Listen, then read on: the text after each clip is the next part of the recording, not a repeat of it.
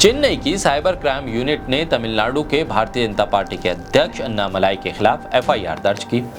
अन्नामलाई पर हाल ही में फैली एक फर्जी खबर से डीएमके को जोड़ने के मामले में एक्शन लिया गया है। उन्होंने तमिलनाडु में बिहार के मजदूरों पर हमला किए जाने की बात कही थी। सोशल मीडिया पर एक वीडियो सामने आया था जिसमें बिहार से जुड़े हुए मजदूरों को बेरहमी से पीटने का दावा किया जा रहा था। बाद में तमिलनाडु पुलिस ने साफ किया था कि ये वीडियो फर्जी है। वीडियो को वायरल करने के आरोप में भारतीय जनता पार्टी के प्रवक्ता प्रशांत उमराव समेत 3 लोगों के खिलाफ केस दर्ज किया गया। तमिलनाडु में प्रवासी मजदूरों यानी कि बिहार और उत्तर भारत से आए मजदूरों पर हमले का मामला तूल पकड़ता जा रहा है। हालांकि तमिलनाडु पुलिस इस बात को कह चुकी है, बता चुकी है कि ये वीडियो जो सोशल मीडिया पर लाया गया था ये फर्जी था। इस तरह की कोई भी घटना इस संदर्भ में तमिलनाडु में नहीं हुई है। जिस तरह से इस वीडियो को लेकिन फिर भी शेयर किया गया, बावजूद इसके कि पुलिस इसे भ्रामक और फर्जी बता चुकी है, इस पर राजनीतिक माहौल बनाने की कोशिश भी हुई। पुलिस ने शनिवार यानी 4 मार्च को इस मामले में 2 पत्रकारों समेत 3 पर केस भी दर्ज किया और अब 5 मार्च को साइबर क्राइम डिवीजन ने इसी मामले में बीजेपी के तमिलनाडु स्टेट प्रेसिडेंट अन्नामलाई पर भी केस दर्ज किया। मामला इतना गंभीर हो गया कि बिहार विधानसभा तक में ये मामला उठा और बिहार की अस्मिता को लेकर मुख्यमंत्री नीतीश कुमार और उप मुख्यमंत्री तेजस्वी यादव से बिहार बीजेपी ने सवाल भी पूछने शुरू कर दिए।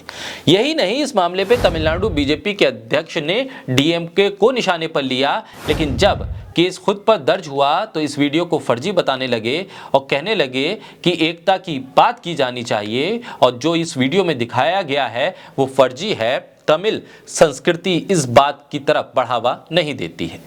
बोलता हिंदुस्तान पर मैं हूं आपके साथ मिर्जा शाकिर अली बेग। चेन्नई की साइबर क्राइम यूनिट ने तमिलनाडु के भारतीय जनता पार्टी के अध्यक्ष अन्नामलाई के खिलाफ एफआईआर दर्ज की। अन्नामलाई पर हाल ही में फैली एक फर्जी खबर से डीएमके को जोड़ने के मामले में एक्शन लिया गया है। उन्होंने तमिलनाडु में बिहार के मजदूरों पर हमला किए जाने की बात कही थी। सोशल मीडिया पर एक वीडियो सामने आया था जिसमें बिहार से जुड़े हुए मजदूरों को बेरहमी से पीटने का दावा किया जा रहा था। बाद में तमिलनाडु पुलिस ने साफ किया था कि ये वीडियो फर्जी है। वीडियो को वायरल करने के आरोप में भारतीय जनता पार्टी के प्रवक्ता प्रशांत उमराव समेत 3 लोगों के खिलाफ केस दर्ज किया गया। इससे पहले अन्नामलाई ने अपने बयान में डीएमके को इसके लिए जिम्मेदार ठहराया और कहा कि उत्तर भारतीयों पर उनके काम को लेकर उसका मजाक उड़ाने का प्रयास डीएमके ने किया। यही कारण है कि फर्जी खबर भी इतनी तेजी से फैली। उन्होंने इस तरह की झूठी खबरें फैलाने वालों के खिलाफ कड़ी कार्रवाई की भी मांग की। अन्नामलाई ने कहा कि डीएमके के गठन के बाद से ही एक विशेष समुदाय के खिलाफ नफरत का माहौल बनाया जा रहा है। जब से डीएमके सत्ता में आई है, मंत्री, विधायक, सांसद बार बार उत्तर भारतीयों का मजाक उड़ाते हैं। ये बीजेपी के अध्यक्ष का बयान था जिसपे वो साफ तौर पे कह रहे थे कि ये खबर फर्जी है, वीडियो फर्जी है।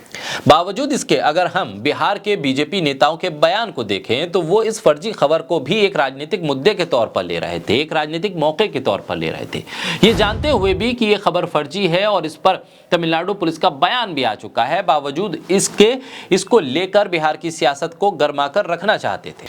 विधानसभा के भीतर इस पर सवाल पूछे जाने लगे। विधानसभा के बाहर भी माहौल को गर्म रखने के लिए बयानबाजी होती रही। इसके अलावा तमिलनाडु में जहां डीएमके पर तमाम आरोप मढ़कर बीजेपी के अध्यक्ष ये बताने की कोशिश कर रहे हैं कि जो उत्तर भारतीयों पर हमले हो रहे हैं या उत्तर भारतीयों को लेकर जो माहौल खराब किया जा रहा है वो डीएमके की देन है। दयानिधि मारन का जिक्र करके उन्होंने कहा कि किस तरह से उन्होंने उत्तर भारतीयों के कामकाज पर सवाल उठाए। अन्नामलाई ने यह भी कहा है कि राज्य के मंत्रियों ने सबसे पहले इसकी शुरुआत की थी और जिस तरह से उन्होंने उत्तर भारतीयों के कामकाज तौर तरीकों पर सवाल उठाए थे वो निंदनीय है। अन्नामलाई ने तमिलनाडु के मुख्यमंत्री एम के स्टालिन पर निशाना साधते हुए भी कहा था कि स्टालिन ने इस सब के बाद भी उत्तर भारतीय श्रमिकों के खिलाफ इस तरह के नफरत भरे भाषण की निंदा नहीं की।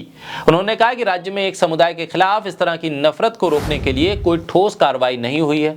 अब जब ये बयान सामने आया तो चेन्नई की साइबर क्राइम यूनिट ने अन्नामलाई के खिलाफ एक्शन लिया और आईपीसी की धारा 153, 153A और इसके अलावा 505 और 505(1) के तहत मामला दर्ज कर लिया गया। एफआईआर दर्ज होने के बाद अब बीजेपी के नेता ये कह रहे हैं कि आइए, हिम्मत है तो हमें गिरफ्तार कीजिए।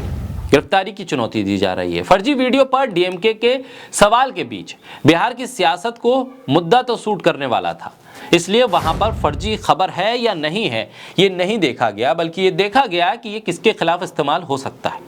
लेकिन यही फर्जी वीडियो डीएमके से सवाल करने के लिए बीजेपी के अध्यक्ष के लिए काफी नहीं था।